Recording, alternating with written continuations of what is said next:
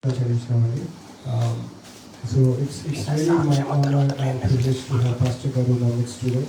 Um, we've been so touched by his work, the way he spoke to us through his work. It's really a life-changing instance, I could say. Many times we really touched by his work, and it's really a great honor for us to have Pastor Garu in our midst. He though he was busy, very busy in his schedule, so but he took time and came here in the midst of us so that he could share the precious word of God. Coming to my small testimony, so we started following Pastor Garu in 2017, 16-17 onwards. The way he used to preach, the way he used to conduct the sermon was really heart-touching for us. God really started speaking to us through his word very mightily, especially in the COVID time when there was no services for my personal church. So I used to sit in front of, listen to his word and spend time in prayer. So we really take this opportunity to convey regards to Pastor Garu, who really came forward and shared. He really came forward in our midst today. With one small invitation, he really happy to come in midst of us and happy to share his word. He dedicated his time for us. Really, I like to thank and praise God. He's very busy, I know, because I've been listening in his church messages. In his church messages, I've been listening that how busy he'll be every time, but still he took time to visit this continent and visit in our house. Really thank and praise God for that. So today we took this opportunity to really utilize his ministry for us so that we could really be edified through his word. So I like to thank and praise God. Praise you.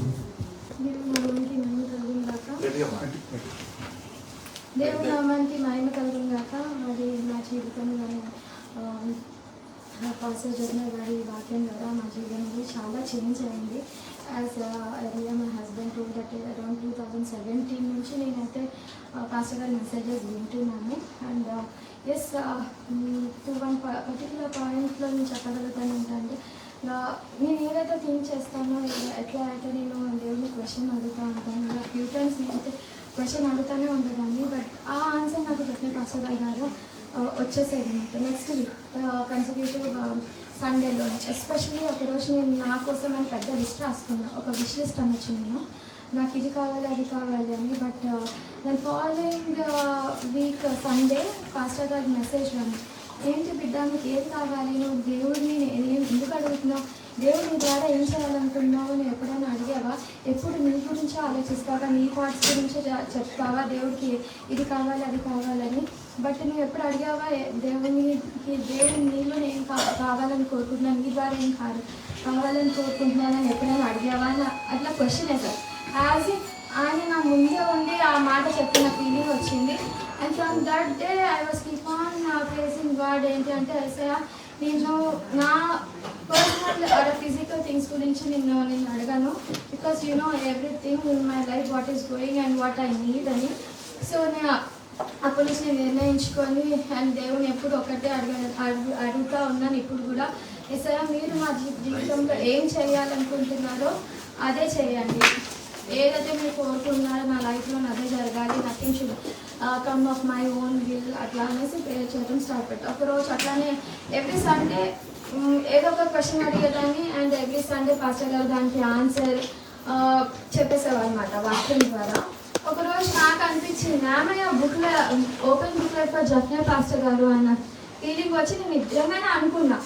But same అదే Sunday pastor జఫ్నే గారు ఏం చెప్పారంటే, అమ్మ you are the open booklet for Jesus and I'm speaking through him అనేసి చెప్పారన్నమాట. అది literally అప్పటి నుంచి అయితే ఇంకా నేను ఏం క్వశ్చన్ అడిగా, వాట్ ఎవర్ పాస్టర్ గారు వాక్యం ద్వారా చెప్పినారో అది యాజ్ తీసుకొని అండ్ నా పర్సనల్ లైఫ్లో నేను దాన్ని ప్రేయర్లో ఇంక్లూడ్ చేసుకొని చేస్తూ ఉన్నాను.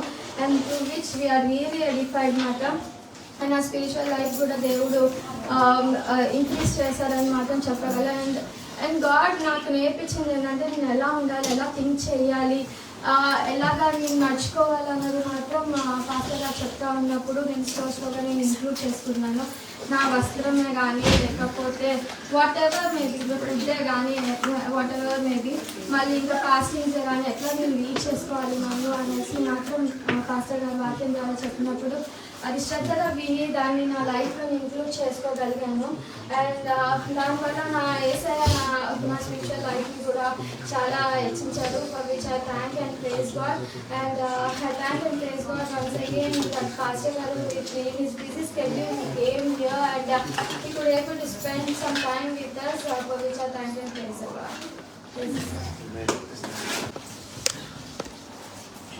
చిన్న ప్రార్థన చేస్తానండి. తనలో నుంచి కళ్ళు మూసుకోండి. ప్రభు మనల్ని ప్రేమించి మనకు అనుగ్రహించిన ఈ మంచి సమయాన్ని బట్టి అవకాశాన్ని బట్టి మనమంతా కలిసి ప్రభువుని స్తుతించి ఆరాధించవలసిన వారమైనా దేవుడు ఇంత చిన్న కోడికకు 2 సేవకుల్ని సమకూర్చి ఇన్ని కుటుంబాలని సమకూర్చి కొంత సమయం ఆయనతో గడిపేలాంటి అవకాశాన్ని అనుగ్రహించినందుకే మనమంతా కళ్ళు మూసుకుని స్వరమెత్తి 1 నిమిషమైనా ప్రభు కలాగ మన సొంత మాటలతో స్తోత్రాలు చెల్లిద్దామా?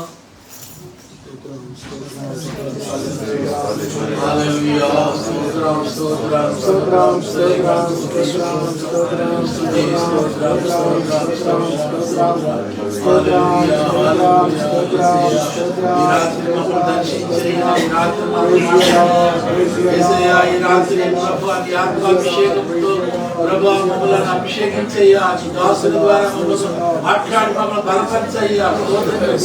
ఇప్పుడు వచ్చిన ప్రతి వారు పలికితే నాకు మేలయ్యా, నీవు పలికితే నాకు మేలయ్యా, నీ దర్శనమే నాకు చాలయ్యా, నీ దర్శనమే నాకు చాలయ్యా. నాతో మాట్లాడు ప్రభువా, నీవే మాట్లాడుమయ్యా, నాతో మాట్లాడు ప్రభువా, నీవే మాట్లాడుమయ్యా. ప్రేమ కలిగిన మా తండ్రి, మహాపరిశుద్ధుడైన దేవా, మహోన్నతుడా, మీ శ్రేష్టమైన ఘనమైన పరిశుద్ధమైన నామానికి వందనాలు, స్తుతులు, స్తోత్రాలు చెల్లిస్తున్నా. మేమందరము కలిసి మా బిడ్డలు ప్రభా కృషాలు పెట్టి జీవితంలో మీరు చేసిన మేలు బట్టి, మనకు అనుగ్రహించిన సంతానాన్ని బట్టి, మరో సంవత్సరపు దయాకిరీటాన్ని బట్టి నీ కృతజ్ఞతాస్తుతులు చెల్లించడానికి కోడుకున్నటువంటి ఈ కోడిక కొరకై నీ సన్నిధిలో ప్రార్థన చేస్తున్నారు. మీరు ఇప్పటికీ మా మధ్యలోనికి వేంచేసి ఉన్నారని, మా స్తుతి సింహాసనంపై ఆశీనులై ఉన్నారని మేము విశ్వసిస్తూ ఆరాధన అంగీకరించమని, మాకు ఉచితించమని, మహిమగల నీ వాక్కు చేతమును దర్శించమని, మీరు ఆఖరకు సిద్ధపరచమని ప్రాధేయపడుతూ మీ చేతులకు అప్పగించుకుంటున్నాం. ఆటంకాల అభ్యంతరాల శోధనలు చికెన్ కాయలు యేసు నామములో కొట్టివేస్తాం. ప్రాణాత్మ దేహాలతో మీకు లొంగిపోతున్న ఈ అల్పదాసుని అంగీకరించి ఈ అగ్ని చేత కాల్చి పుటము వేసి పరిశుద్ధపరిచి మీ రక్త ప్రభావాన్ని పునీతపరిచి మహిమైశ్వర్యముతో ఈ మట్టి ఘటాన్ని నింపి మీ శైలిలో మీ స్థాయిలో మీరు వాడుకొని మీ కృపా మహిమకు కీర్తి మీ బిడ్డలకు క్షేమాభివృద్ధి కలిగి చేసుకోవాలి. యేసు నామములో ప్రార్థించి వేడి పొంది ఉన్నాము తండ్రి. ఆమేన్. ఆమేన్. ఆమేన్.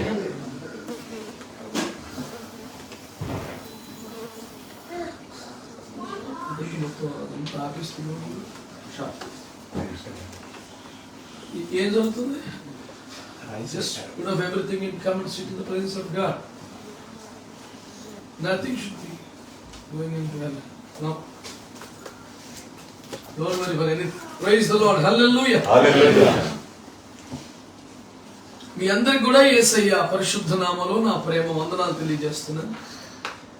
భారతదేశంలో విశాఖపట్నంలో ప్రభు అనుగ్రహించిన బెరాక అపోస్టలిక్ చర్చ్ నుండి ప్రభు తన సేవకులు కొంతమంది బిడ్డల్ని తర్ఫీదు చేస్తున్న మా ఫెయిత్ హోమ్ నుండి మీకు శుభాలు వందనాలు తీసుకొని వస్తున్నాను. కొన్ని సంవత్సరాలుగా ఈ బిడ్డలు ఈ ఉపదేశంలో, ఈ క్రమంలో, ఈ నడిపింపులో ఎదగడానికి అత్యాసక్తిని కనపరిచి వాక్యాన్ని ఉపదేశిస్తున్న సేవకునికి అప్పగించుకుని వాళ్ళ నడిపింపులో ఎదుగుతూ ఉన్నారు. ఆ కారణంగా నిత్యము ఉత్తర ప్రత్యుత్తరాలు జరగటం, వారి ప్రతి దుఃఖములో, ప్రతి కష్టములో, ప్రతి పోరాటంలో వారి పక్షంగా విజ్ఞాపన చేయటం, వారు పొంది ఉన్న ప్రతి మేలు వెనుక దేవుని కృప కొరకై ప్రార్థించిన వారిలో మేము కూడా ఉండడం వల్ల ఈ ఆత్మానుబంధం ఇంతవరకు వచ్చింది. ఆస్ట్రేలియాకి మీరు ఒకసారి రావాలి పాస్టర్ గారు అనే ఒక ఆకాంక్షను వెలుగుస్తూ ఉండేవారు. ప్రార్థన చేద్దాం, అయినా దేవుని చిత్తమై వస్తారు అంటూ ఉండేవాళ్ళం.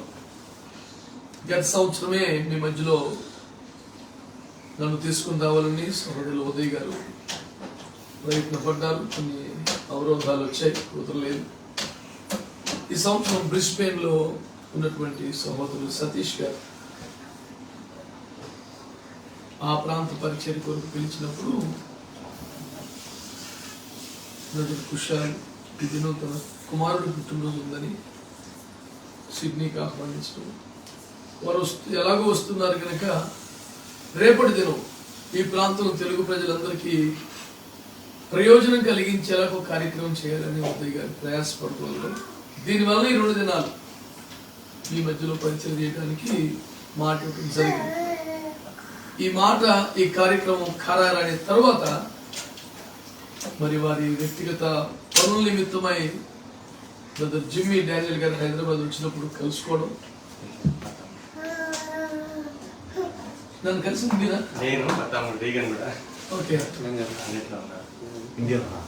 మీరు కూడా నన్ను కలిసారా? కలిసి ఇక్కడ బిడ్డల యొక్క ఆసక్తి గురించి, సేవ అవసరతల గురించి, ప్రార్థన అవసరతల గురించి వారికి తెలియపరచడం, మేము కలిసి కొద్దిసేపు కొన్ని విషయాలు మాట్లాడుకొని వారికి సంబంధించినటువంటి భారం, దర్శనం, వేదన అవన్నీ తెలుసుకుని ప్రార్థనలు చేయడానికి ప్రభువు ఎంతగానో కృప దయచేశారు. సో ఇది ఈ చిన్న కూడికి నేపథ్యం. అట్లాగే గత 2 సంవత్సరాలుగా సహోదరి శిరీష్ కూడా ఈ ఉపదేశాన్ని వారు వెంబడిస్తూ వారి మామయ్య గారి పరిచర్యల గురించి ప్రార్థించమని కోరుతూ వారి మామయ్య గారిని కూడా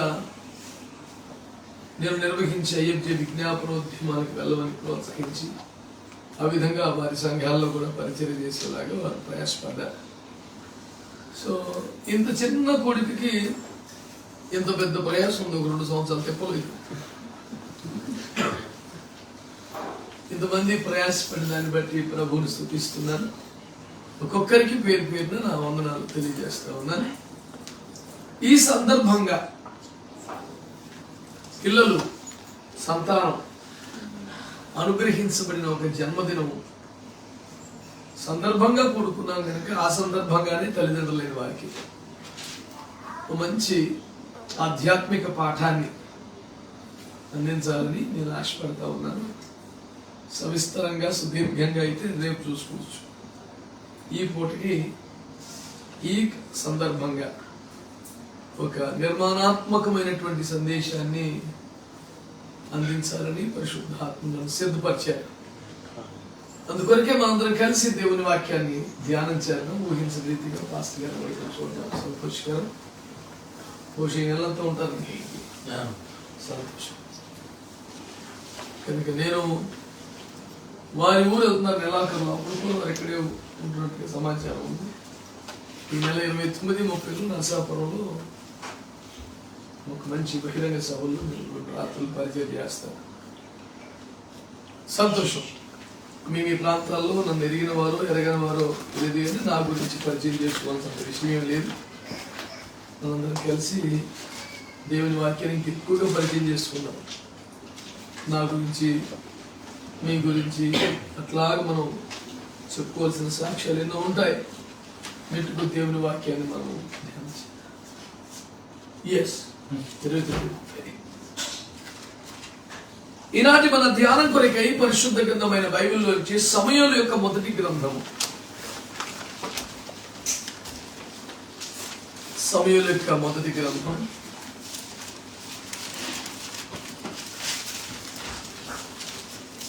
2వ అధ్యాయం.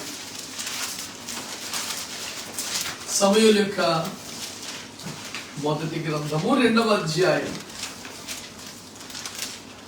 35వ వచనం. తరువాత నమ్మకమైన ఒక యాజకుని నేను నియమింతును, అతడు నా యోచనను బట్టి నాకు అనుకూలంగా యాజకత్వం జరిగించును, అతనికి నేను నమ్మకమైన సంతానం పుట్టింతును. ఆమేన్.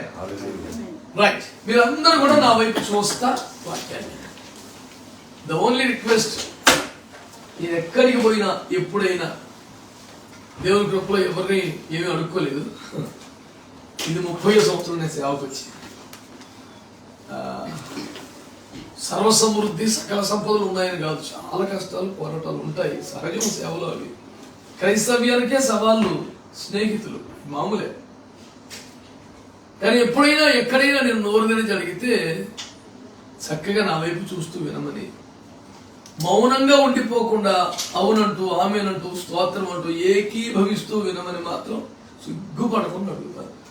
ఎన్నిసార్లు అయినా అడుగుతాను, నాకు ఏం సిగ్గుండదు, ఆ విషయంలో ఇబ్బంది ఏమన్నా. ఒకవేళ నేను అన్నిసార్లు అడిగినందుకు ఎవరైనా ఇబ్బంది పెడితే కూడా నేను ఇబ్బంది పడను. అలాంటి సమయం దేవునికి స్తోత్రం. చక్కగా నన్ను చూస్తా వినండి. మన పిల్లలకు సంబంధించిన ఒక ప్రాముఖ్యమైన ఉపదేశం, ఇట్స్ వెరీ ఇంపార్టెంట్. దేవుడు మాట్లాడుతూ ఒక అద్భుతమైన మాట చెప్పారు. నా యోచనను అనుసరించి సేవ చేసే ఒక సేవకుని నేను పుట్టించుకుంటాను, నమ్మకమైన ఒక సేవకుని పుట్టించుకుంటాను. అతడు నా యోచనను అనుసరించి యాజకత్వాన్ని జరిగిస్తాడు అని మాట్లాడుతూ వచ్చాడు. ఇప్పుడు మీరు గమనిస్తే, నా యోచనను అనుసరించి సేవ చేసే ఒక యాజకుని నేను పుట్టించుకుంటాను, అతనికి నమ్మకమైన సంతతిని ఇస్తాను అని వాగ్దానం ఆ వచనం రాయండి. ఇప్పుడు మన పిల్లలు నమ్మకస్తులుగా ఉండాలని పేరెంట్స్ అందరూ కోరుకుంటారు. నమ్మకస్తులు అంటే ఎవరు?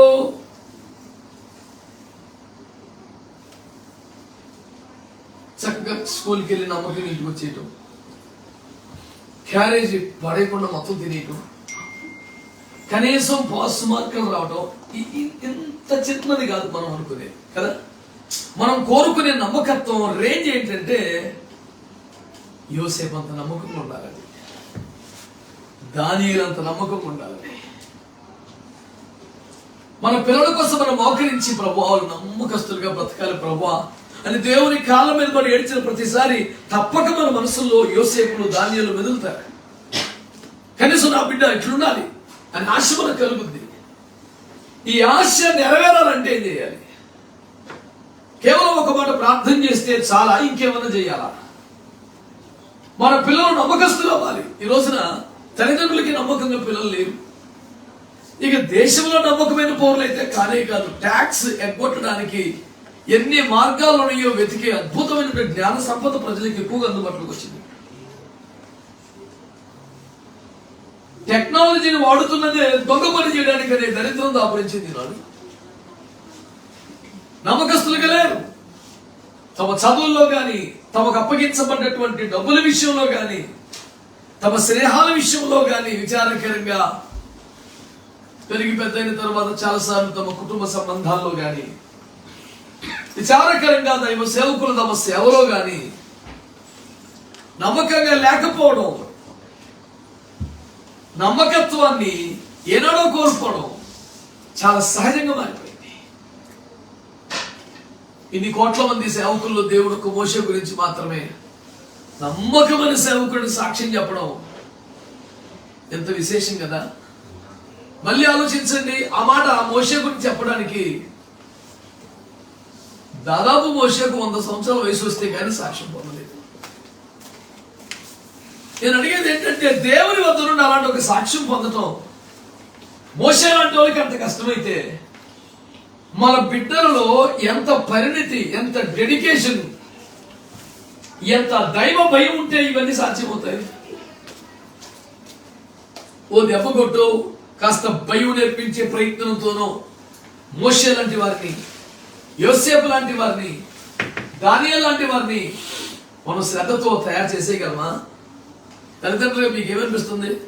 నేను కొంచెంగా కాన్సన్ట్రేషన్ చేయగలిగితే నా కొడుకును ఒక మోషే లాగా, ఒక శామ్యూల్ లాగా, ఒక జోసెఫ్ లాగా తయారు చేయగలను అనిపిస్తుందా?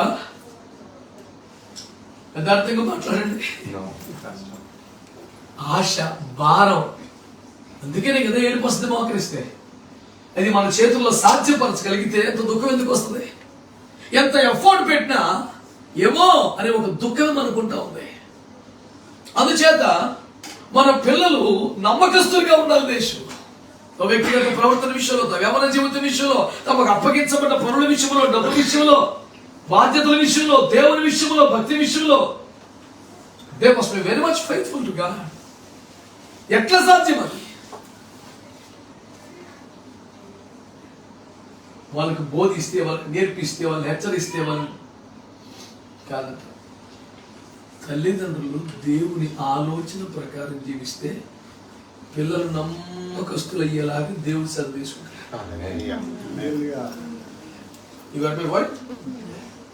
తల్లిదండ్రులు దేవుని ఎదురు నమ్మకస్తులుగా, దేవుని ఆలోచన ప్రకారం, నా యోచన ప్రకారం యాజకత్వం జరిగిస్తాడు, అతనికి నేను నమ్మకమైన సంతానాన్ని పుట్టిస్తాను. కనుక మన బిడ్డలు నమ్మకస్తులుగా బ్రతకాలి భూమి మీద అంటే మనకున్న ట్యాక్స్, మనకున్నటువంటి ఆ ట్యాక్స్ ఏంటంటే దేవుని బిడ్డలారా, దేవుని యోచన చొప్పున మనం జీవించాలి. అంటే మన లైఫ్ లో ఏ డెసిషన్ కానీ, ఏ నిర్ణయం కానీ, ఏమండి, ఏ కీలకమైన వ్యవహారం కానీ దేవుని ఆలోచన చొప్పున చేయాలి. మనకంటూ మనుషులకు కొన్ని ఆలోచనలు ఉంటాయి కదా, మన కుటుంబ జీవితం పట్ల, మన పిల్లల పట్ల, మన ఆర్థిక వ్యవహారాల పట్ల మనకంటూ కొన్ని ఆలోచనలు ఉంటాయి. పూర్తిగా ఆలోచన లేకుండా ఉండడానికి మరేం వస్తువులం కాదు కదా.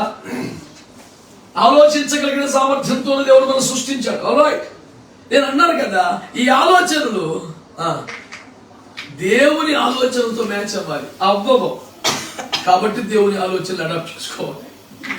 మరి పక్కన పెట్టాలి. మన ఆలోచనలు దేవుని ఆలోచనలు లాగుంటే అసలు భూమి ఇంత దరిద్రం ఎందుకుంటుంది? దేశ రక్తమైతే మన అన్ని దిగజారుడు ఆలోచనలో ఎంత. అందుకే నేను 2007లో 2006లో ఒక మాసపత్రిక ఉండేది, సత్యవేద సారం ఒక మాసపత్రిక ఉండేది.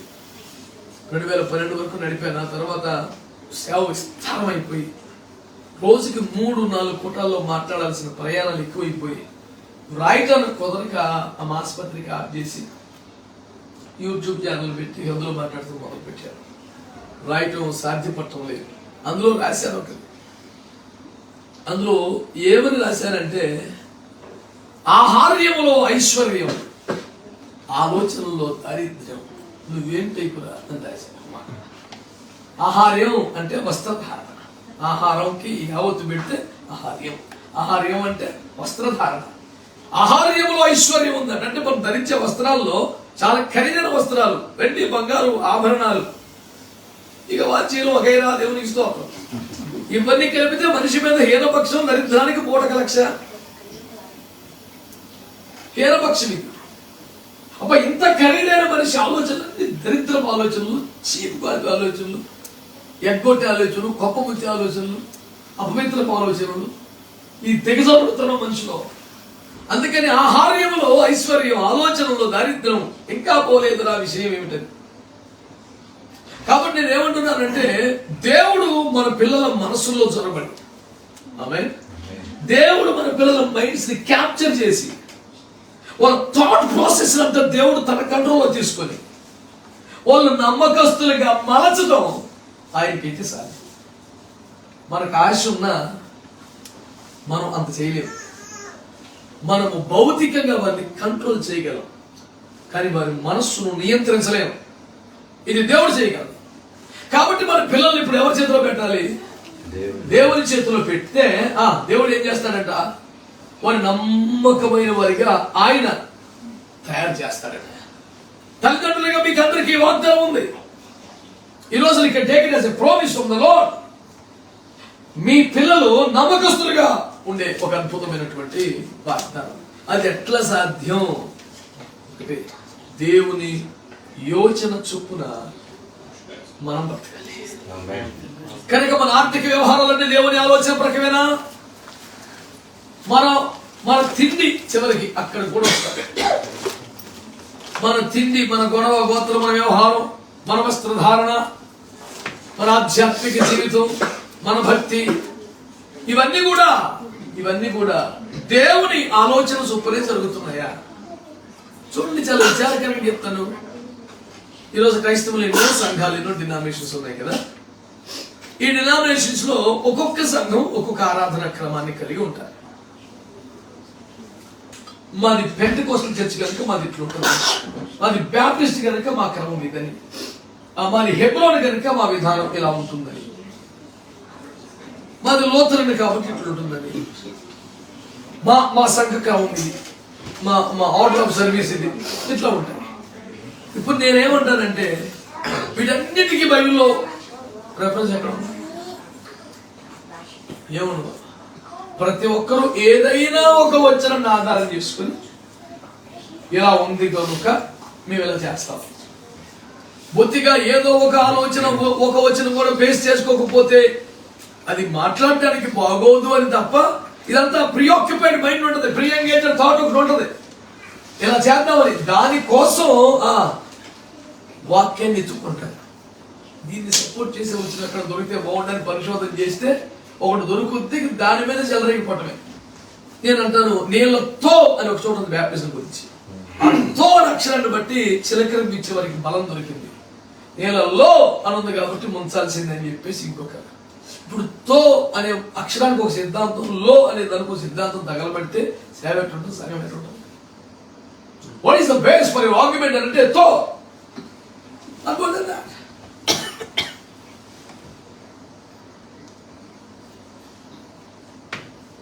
పైన యెరూషలేము మనకు తల్లి ఏముందని, యెరూషలేము తల్లి సంఘం కొత్త సంస్థ తయారైంది.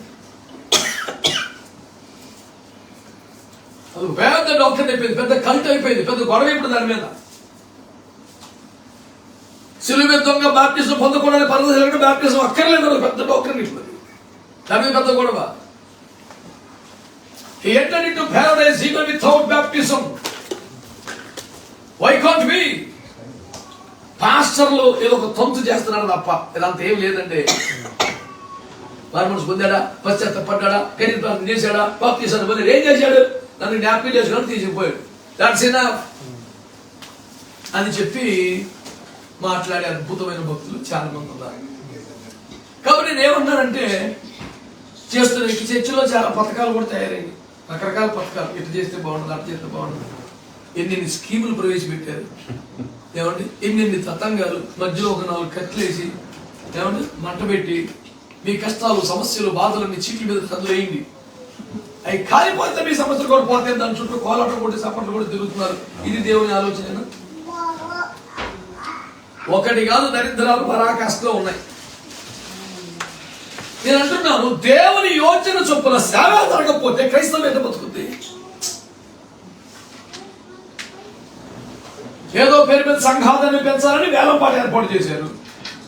వేలంపాట తప్ప మేమేం తింటున్నామా? చర్చ అకౌంట్లోనే వేస్తున్నాం, సంఘాభివృద్ధి కోసమే. సంఘము నాది, నేను నా సంఘాన్ని కట్టుకుంటాను. ఐ విల్ మై చైతన్య యేసు ప్రభు. దానికి మన ఆలోచనలు, మన సపోర్టు, మన సలహాలు, మన వేవత్సం. లేకపోతే చర్చి వీక్ అయిపోద్దని ఇతరులు కాదు బాధపడతాడు. నేను అన్నాను, ఏ ప్రపోజల్ కానీ, ఏ పథకం కానీ, ఏ పద్ధతి కానీ ఒక్కటైన దేవుని యోచన చెప్పడం జరుగుతుందా? ఇటు చెప్తే బాగుండేదండి, కొంచెం జనం వస్తారు, ఇటైతే కొంచెం ఆదాయం పెరుగుతుంది, ఇటైతే కొంచెం మన చర్చి బాగా. ఇవన్నీ ఎవరు ఆలోచనలు? నేను మిమ్మల్ని ఏమనకుండా పాస్టర్ మీద పెట్టుకొని చెప్తున్నాను. ఎందుకంటే కరెక్ట్ ఎక్కువ శాతం వాళ్ళగా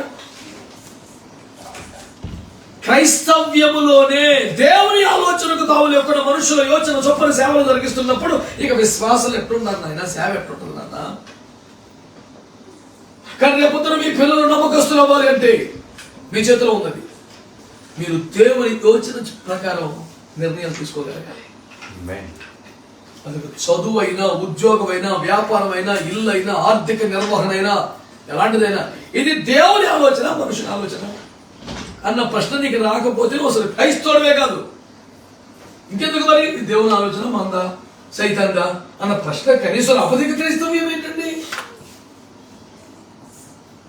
మనకిష్టమైనన్ని ప్రిపేర్ చేసుకుని ప్రభువా ఆశలు తీర్చే దేవుడు, కోరికలు తీర్చే దేవుడు, అడిగితే ఏమన్నావు ప్రభు, కాదనలేవు ప్రభు, రొట్టె అడిగితే రొట్టె ఎట్లా రాయవు, హల్లెలూయా అని యేసు ప్రభుని కారణం చేయడానికి దయచేస్తే అక్కడైనా పర్లోకంలో సెంటిమెంట్లో ఉంటారా? ప్రయత్నం కాకపోతే ఇష్టానుసారంగా వాయితే మీ ప్రార్థన పరలోకం జోలికి అనుకోబాకండి అంటే ఉండదని చెప్పాడు మత్తయి 6లో యేసు ప్రభు. ప్రార్థన బాగా చేయటం అంటే ఏంటి? దేవుని కారణం చేయటమా? ఉపవాసం ఉండటం ఏంటి? పరలోకంలో ధర్మ చేయటమా? ఏంటి పనికి మళ్ళీ ఆలోచనలు?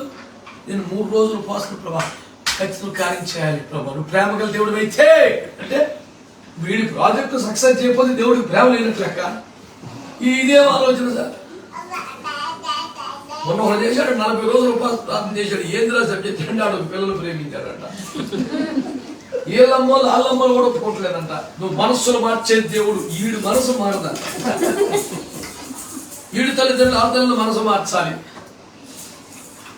దేవుడు కూడా మనసు ఎత్తేస్తాడులే. 40 రోజులు ఉపవాసం కిందకి రాగానే పెళ్లికాటికి కనబడుతుంది. శుభం శుభకరమైన చూపించిన దేవానికి స్తోత్రం ఒప్పించి చేస్తే ఈడెవరికి టార్గెట్ పెట్టాడు ఆ పిల్లదే పెళ్లికాడు. ప్రభువానికి ఇది న్యాయం అంటే ఇదే న్యాయం అలా ఎంత వేసాలు ఎక్కడ కూర్చో అని చెప్పాడు టేస్ట్.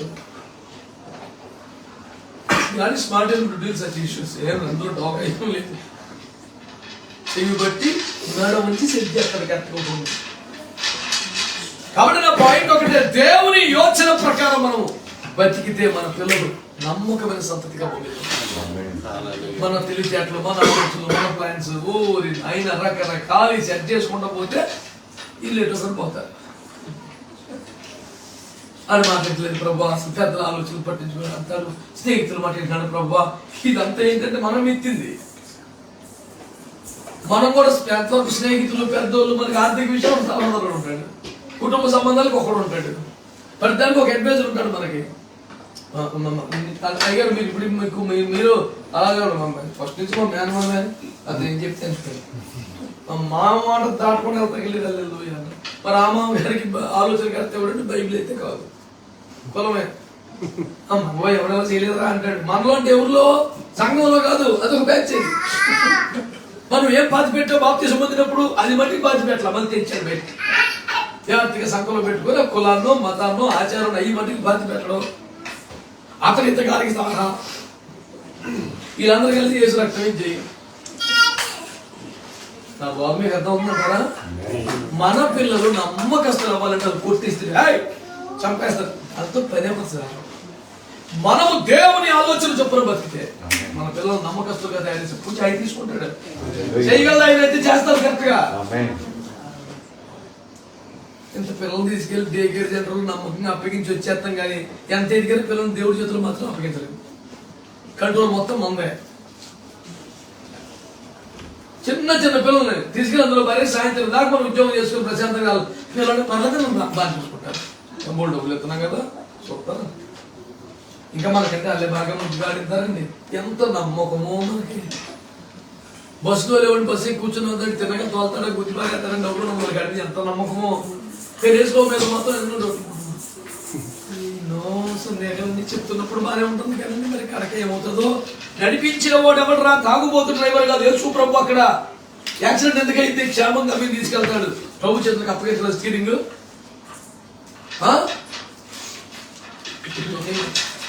నా పాయింట్ ఒకటే, దేవుని ఆలోచన మన భక్తి కానీ, మన కుటుంబ జీవితం కానీ, మన ఆర్థిక నిర్వహణ కానీ, ఏది కానీ చెప్పండి దేవుని ఆలోచించు. చెప్పని చెప్పండి మీ ఆలోచనలు నా ఆలోచనలు ఒకటి కాదు కదా, నాకు చాలా పైన ఉంటుంది. అంటే దేవుని ఆలోచనలు మనము తీసుకోవడానికి మనం ఏమవ్వాలి? పైవారం అవ్వాలి. ఎక్కడెక్కడ బ్యాచిగా ఉంటే సెట్ అవ్వదు. క్రీస్తు కూడా లేకపోవడం వారు అయితే పైన వాటినే వెతకండి. ఇంక ఇందరు తెచ్చుకుంటే పని అవ్వదు మనకి. పై వారముగా ఉండాలి దేవుడు కోరుకున్నావు, కింది వారంగా ఉండకూడదు అన్నగా. డబ్బుల విషయంలో మాత్రం అది గుర్తొస్తుంది, ప్రభా నన్ను పై వాడిగా ఉంచుతాను తండ్రి, కింది వాడిగా ఉంచుతున్నావు తండ్రి. అది థాట్స్ లో పనిచేయదు, డెడికేషన్ లో పనిచేయదు, ఇంకెక్కడ పనిచేయదు. డబ్బుల విషయంలో ప్రభా నేను నిన్ను నమ్ముకున్న పెట్టి నీకు ఇరుచుకొడితే 2 లక్షలు అవుతుంది ప్రభా, 3 లక్షలు అవుతుంది అన్నిడు ప్రభా నన్ను భయపడిగా పెట్టిన. ఈ టార్గెట్ ఎవరు నాన్న? ఇది ఏంటి అసలు ఈ ప్రార్థన జీవితం? ఒక్కటే సింగిల్ పాయింట్, మనం దేవుని వచ్చిన ప్రకారం 73వ కీర్తన 24వ వచనంలో ఏం రాస్తాడు తెలుసా? నీవు నీ ఆలోచన చొప్పున నన్ను నడిపించదు, తర్వాత మహిమలో నన్ను చేర్చుకొని. దేవునికి స్తోత్రం చెప్పండి. ఎవరు మహిమలోకి వస్తారు రేపు పొద్దున? ఏ కుటుంబం రేపు మహిమలో ఉంటుంది, ఏ సంఘం రేపు మహిమలో ఉంటుంది, ఏ సేవ రేపు మహిమలో ఉంటుంది. ఇక్కడ బీభత్సమే, ఎంత కటౌటని పెట్టుకోవచ్చు, చేసి రక్తం ఏం చేయ మనోపికది. కానీ మహిమలో ఉండే సేవ ఏది, మహిమలోకి వెళ్ళే సంఘం ఏది, మహిమలోకి వెళ్ళే పరిచయం ఏది, మహిమలోకి వెళ్ళే జీవితాలు ఏమంటే ఆయన ఆలోచన చొప్పున ఎవరు నడుస్తారు? అద్భుతాలు చేసిన వాళ్ళు ఏమనుందా? బేపచ్చని చెలరేగి ప్రసంగం చేసిన ఉందా? ఎవరు విస్తృతంగా వాడబడితే వాళ్ళు ఉందా? నువ్వు స్టేజ్ మీద మాట్లాడే ప్రసంగికుడు అయినా, మౌనంగా కూర్చొని హోమలు కూర్చొని ఉంటున్న వ్యక్తి అయినా, నీవు దేవుని ఆలోచన చొప్పున నడిపించబడితే లేకపోతున్న మహిమలు. ఈ ఆస్తులు గాని, ధనాలు గాని, ఈ లోకం గాని, సంపదలు గాని ఏమి మహిమకు వచ్చేవి కాదుగా, నిత్యత్వానికి పనికొచ్చేవి కాదుగా, లౌకికమైనవిగా, నశ్వరమైనవిగా, పాడైపోయాగా. మరి మహిమలకు వచ్చేదంటే తెలివా, చేసిన ప్రసంగం, పాడిన పాట ఏమొస్తుంది? దేవుని ఆలోచన చొప్పున నడిచిన జీవితం రేపొద్దున మహిమలకు వస్తుంది. మరి మహిమకి రాని కాడికి ఇంకెందుకు? ఎక్కడ ఇండియాలో ఉంటే, ఆస్ట్రేలియాలో ఉంటే, ఇంకెక్కడ చంద్రబాబు కట్టుకొని పాయింట్ ఏంటి? దేవుని నీవు నీ ఆలోచన చొప్పున నడిపించదు, తర్వాత నన్ను మహిమలో చేర్చుకొందువు. మహిమలో చేర్చబడే సంఘం, సేవ జీవితం దేవుని ఆలోచన. నాకు చాలా మంది ఇన్ని సంవత్సరాలు సేవ చేసి మీరు ఇంకా ఇదేంటి పాస్టర్ గారు, ఈ కొన్ని మంచి ఉన్నాయి, అవి ఇంప్లిమెంట్ చేస్తే సేవ బాగా డెవలప్ అవుతుంది అని చెప్పి చెప్తారు. నేను నన్ను రెఫరెన్స్ అంటాను. మీరు అన్ని ప్రతి దానికి ఎలా మాట్లాడకూడదు, కొన్ని చేస్తే మరి కొంచెం డెవలప్ అవుతుంది, మీ ఇష్టం. నాకు కష్టమే ఇష్టం తప్ప నాకు నువ్వు ఇచ్చిన కొత్త సలహా నాకు అదే పాత పద్ధతి. పరమగీత కన్యక సేవలు బాబోయ్, నా ప్రాణపీడ మందని ఎచ్చట మేపుతున్నాం, ఎక్కడ తోలికెళ్ళిపోతున్నాం చెప్తలేదు, ముసుకుండి పోయింది. జతకాల మళ్ళీ కిలోమీటర్ ప్రార్థన చేసి ఉన్నాడు, ఆ మాత్రం తెలియదని ఓ ఇది చెప్తున్నావు కదా, ఆ మాత్రం తెలియదా అని ఏమన్నాడు? మందల అడుగు జాడలు బట్టి వెళ్ళు, నీకు కొత్తగా చెప్పేది లేదు. మళ్ళీ ఆరంభం నుండి మందలు ఎటు వెళ్ళాయి? అదే అడుగు, అదే నడిపింపు, అదే క్రమం, అదే ఉపదేశం. నీకు కొత్తగా బయలుదేరేవని నీకు కొత్త పద్ధతి ఉండదు.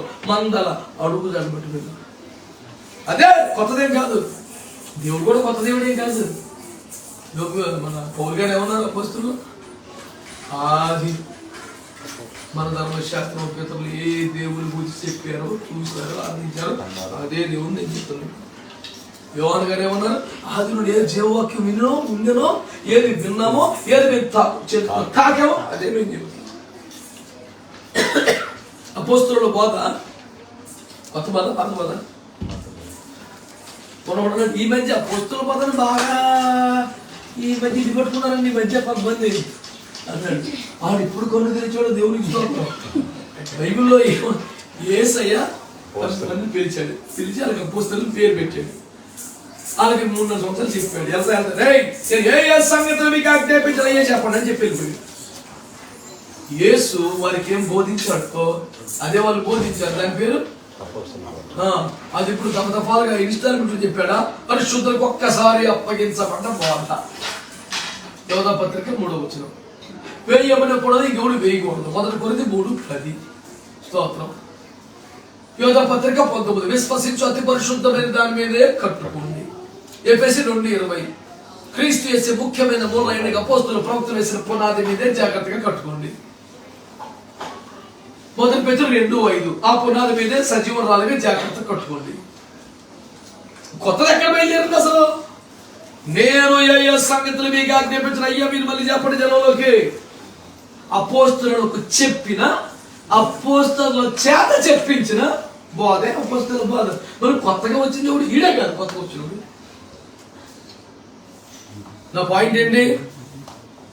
దేవుని ఆలోచన చొప్పున మనము నడుచుకుంటే మన పిల్లలు నమ్మకస్తులుగా ఉంటారు. దేవుడు అబద్ధం మాట, దేవుడు మోసం చేయడు, దేవుడు మాట తప్పుడు పక్కా జరుగుతుంది.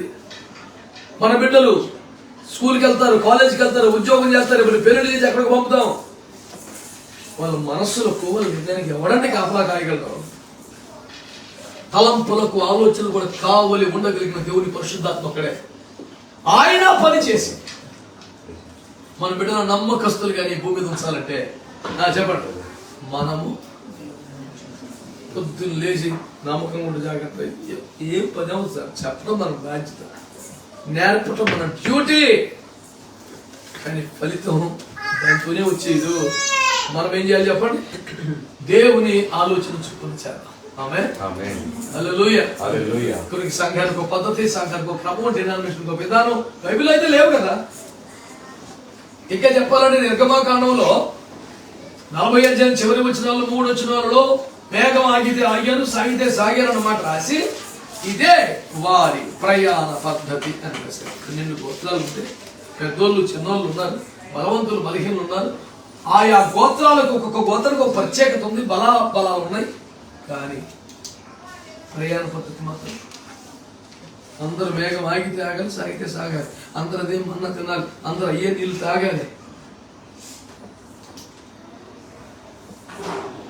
మోసే వెనక నడవాలి, సముద్రం దాటాలి, పసకా రక్తం మీద వేసుకోవాలి.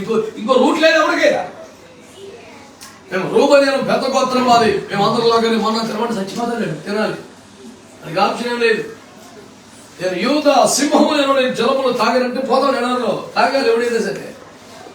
ప్రయాణ పద్ధతి ఒకటే, బలాబలాల్లో వ్యత్యాసాలు ఉంటాయి, ఆధిక్యతలు సామర్థ్యాల్లో వ్యత్యాసం ఉంటుంది, క్రమాల్లో వ్యత్యాసాలు ఉండవు. పెంతుకోస్తు అయినా, బ్యాప్టిస్ట్ అయినా, లోతరన్ అయినా, హెబ్రోన్ అయినా, ఎల్ఈఎఫ్ అయినా, నువ్వు ఏ పేరు పెట్టుకో, పేరుకే ఉంది. కానీ మనిషి అన్నకో పేరు ఉంటుంది, సంఘం అన్నకో పేరు ఉంటుంది, అంతే. పెద్ద పేరు వచ్చలేదు. ఏ బోర్డు పర్లోకరికి వేసుకెళ్తాం, బిల్ల కట్టుకొని ఆయన ప్రయాణికి వస్తుంది, ఆయన లోతరన్ ఈ బ్యాడ్జ్ వస్తుంది అక్కడికి.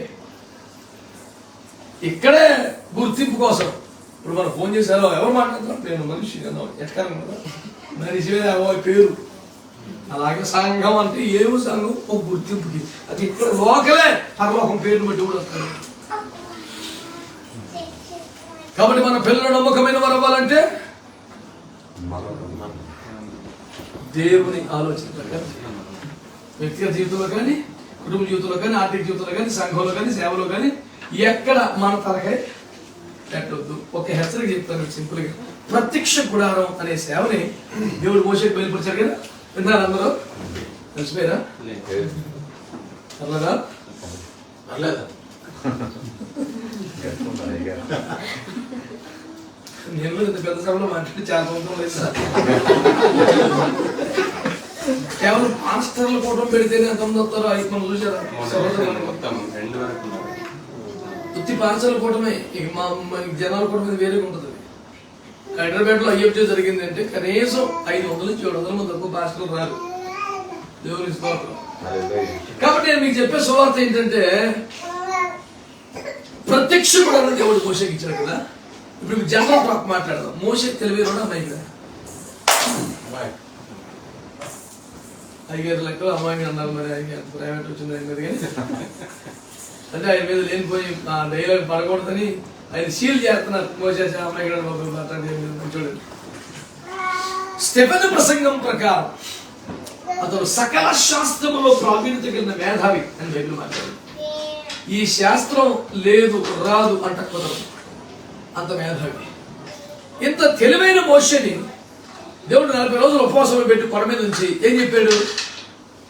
ఎర్ర సముద్రం పాలు చేయాలంటే మరి ఆ మాత్రం ఉండాలి, పాలు చేయకుండా అలా అవన్నీ ఉత్తీర్ణ చేసాడు.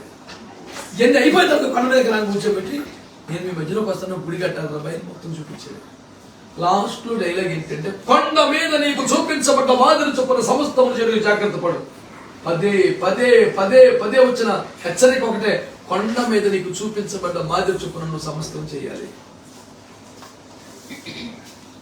కొండ మీద నీకు ఏం చూపిస్తుంది? ఇక్కడ పాయింట్ ఏంటంటే, ఫలాని కర్రతో మీకు చెయ్యి, ఫలాని నీలి దారం వాడు, ఫలాని సూత్రం కట్టు, ఫలాని లోహం వాడు. ఒక టెంట్ వేయటానికి ఇన్ని చెప్పాలా అని ఒక టెంట్ వేయకపోతే చేసేది మోసే అయినప్పుడు ఏ దారం వాడాలో ఆయన చెప్తాడు, ఏ మేపు కొట్టాలో ఆయన చెప్తాడు, ఏ కర్ర వాడాలో ఆయన చెప్తాడు, ఏ లోహమో చెప్తాడు. మోసే అమాయకుడని కాదు, తెలివి లేనివాడు కాదు, అతను మేధావే. మనుష్య జ్ఞానం దేవుని సన్నిధిలోకి దేవుడు రాను ఆయనకి ఇష్టం లేదు. అంటే ప్రభా ఈ మరీ బతిగా తొక్కలేదు, కేకు రోజు రెడీగా ఉంది, నేను రా అలాగే అందులోకి నేను చెప్పినట్టు కడితేనే అవుతాను. మన సేవలో, మన సంఘంలో, మన జీవితంలో ప్రభు ఉండాలంటే మనుష్య జ్ఞానం అందులో కొంచెం ఎంట్రీ దేశం ఆయన రాడు. కొండ మీద నీకు చూపించబడ్డ బాధ్యత చూపనే సమస్తము జనులకు జాగ్రత్త లేకపోతే నేను రానందులోకి ఇలా కడితే నేను వచ్చి సంచరించి అందులో నివసిస్తాను. ఇప్పుడు ఆ మందిరం నీవేగా, ఆ మందిరం నేనేగా, ఆ మందిరం సంఘమేగా. మరి ప్రభు మనలోకి వచ్చి, మన సంఘంలోకి వచ్చి, మన జీవితంలోకి వచ్చి నివసించాలి, సంచరించాలి, మాట్లాడాలి, వ్యవహారం అంతా చేయాలంటే అది ఆయన చూపించింది, ఆయన చెప్పింది, ఆ దర్శనం, ఆ ప్రత్యక్షత, ఆ ప్రకటన, ఆ ఆలోచన మెయింటైన్ చెయ్యాలి. ఇంట్లోనైనా సంఘంలోనైనా ఎక్కడైనా ప్రతి దాంట్లో టూ మచ్ ఉండకండి, కొంచెం అది రావడం చెప్తావు కదా. సో ద పాయింట్ ఈస్, నీవు మొదటి గ్రంథము 25వ అధ్యాయం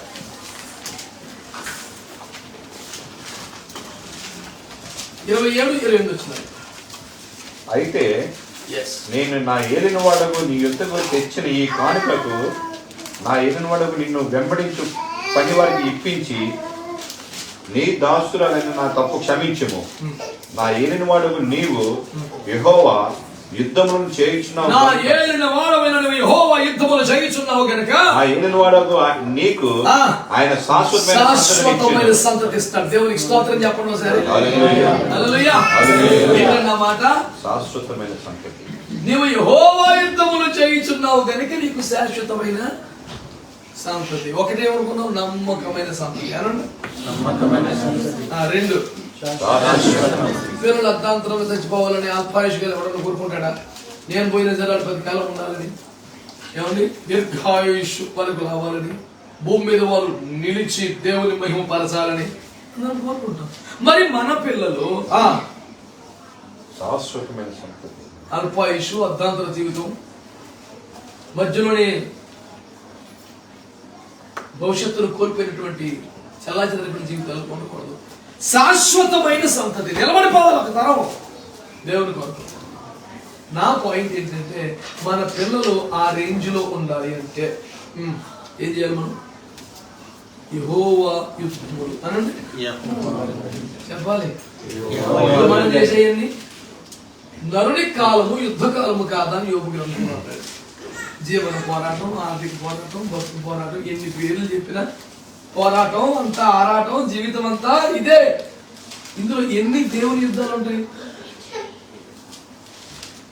యథార్థంగా చెప్పనా? దేవుని కృత్వం మన యుద్ధాలు అన్ని మనే.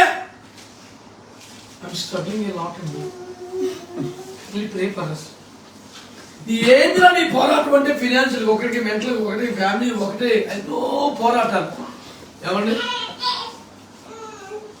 మళ్ళీ దాంట్లో మన కంఫర్టబుల్ రాసేది the battle is knots way not so dear brother we are more than conquerors, you know. Hallelujah, praise the Lord, amen, amen, hallelujah. ఎన్ని మనయే. ఇప్పుడు ఇంత పెద్ద జీవితంలో యేసు రక్తం వేచావు, యెహోవా యుద్ధాలు ఎన్ని చేసాం, దేవుని పోరాటం ఎన్ని చేసాం, మనం దేవుని యుద్ధాలు ఎన్ని జరిగించాం. మనం ఎవరికంటే మనం ఏం చేస్తా ఉండండి, ఆయనే మనకు చేయాలి. మనం ఏం చేస్తాం? ఏమి చెయ్యం.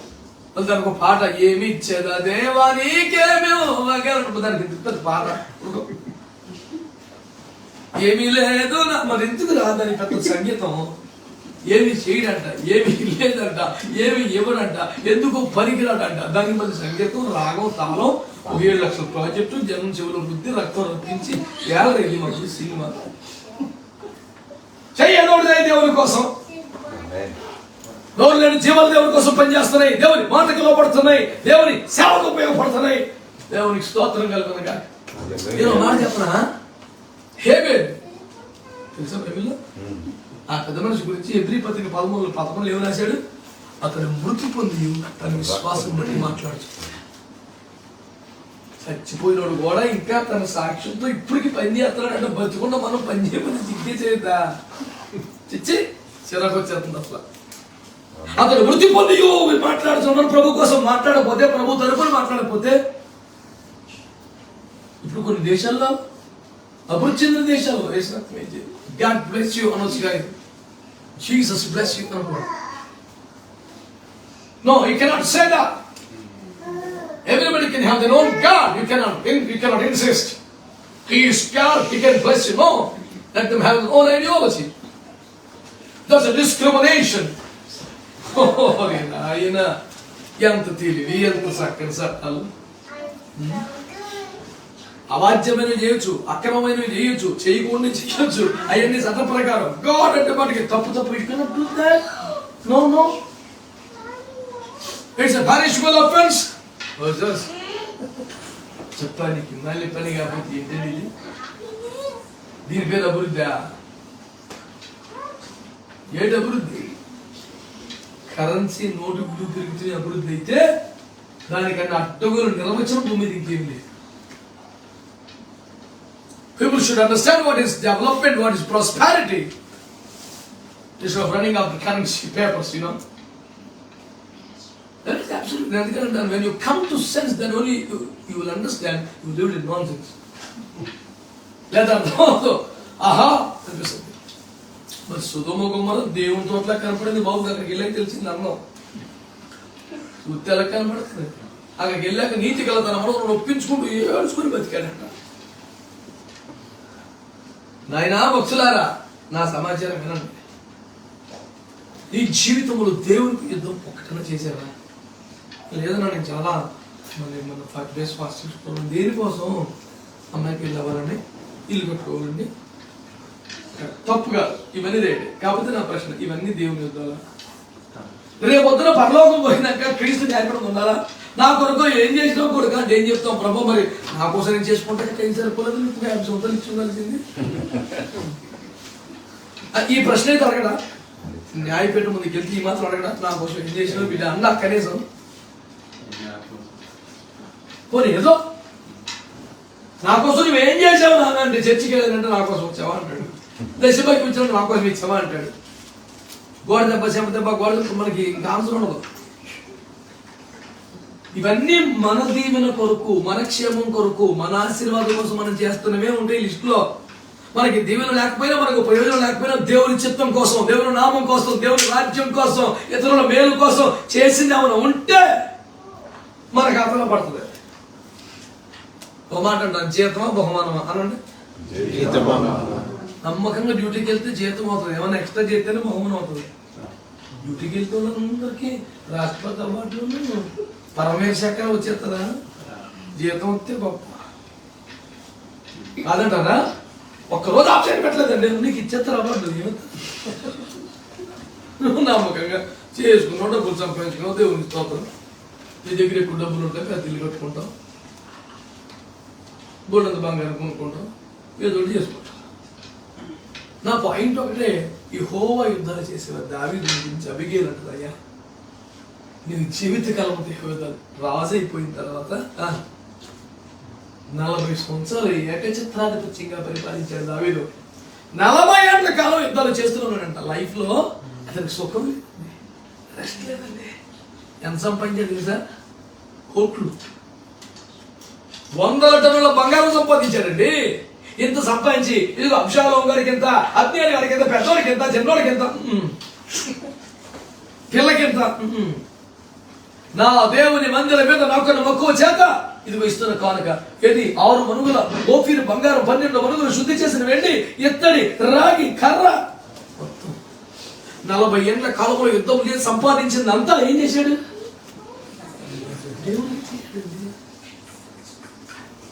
యుద్ధాలు చేశాడు, కష్టపడ్డాడు, సాధించాడు. తన కోసం కాదు.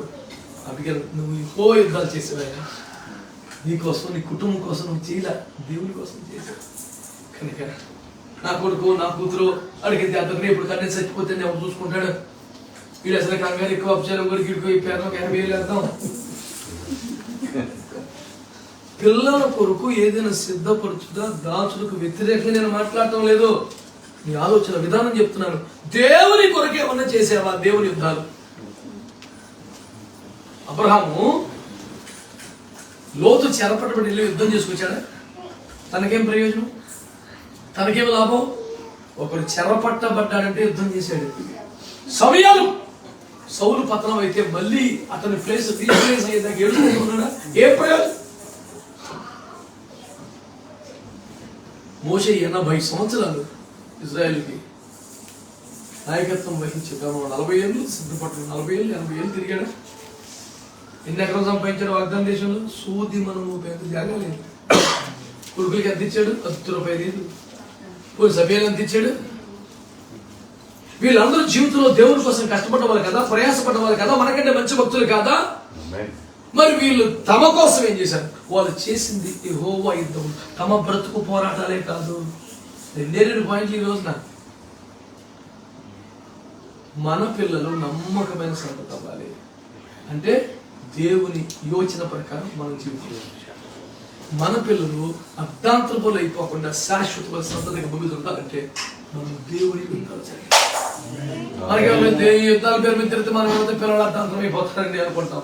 కానీ మనం దేవుని యుద్ధాలు చేస్తేనే వాళ్ళు శాశ్వతం. కాబట్టి దేవుని ఆలోచన ప్రకారం నడుచుకోండి. మీ పిల్లలు నమ్మకస్తులుగా ఉంటారు. మీకోసమే కాకుండా దేవుని కోసం, సేవ కోసం, దేవుని రాజ్యం కోసం పోరాటం అలవాటు చేసుకోండి. యెహోవా యుద్ధాలు జరిగించండి. ఈ పిల్లలు శాశ్వతంగా ఉంటారు. ఈ వాక్యం ద్వారా దేవుడు మిమ్మల్ని అందరినీ ఆశీర్వదించునుగాక. ఆరోగ్యం ఉంటే మోకరించండి, తల ఉంచుకొని మూసుకొని ప్రార్థన చేద్దాం.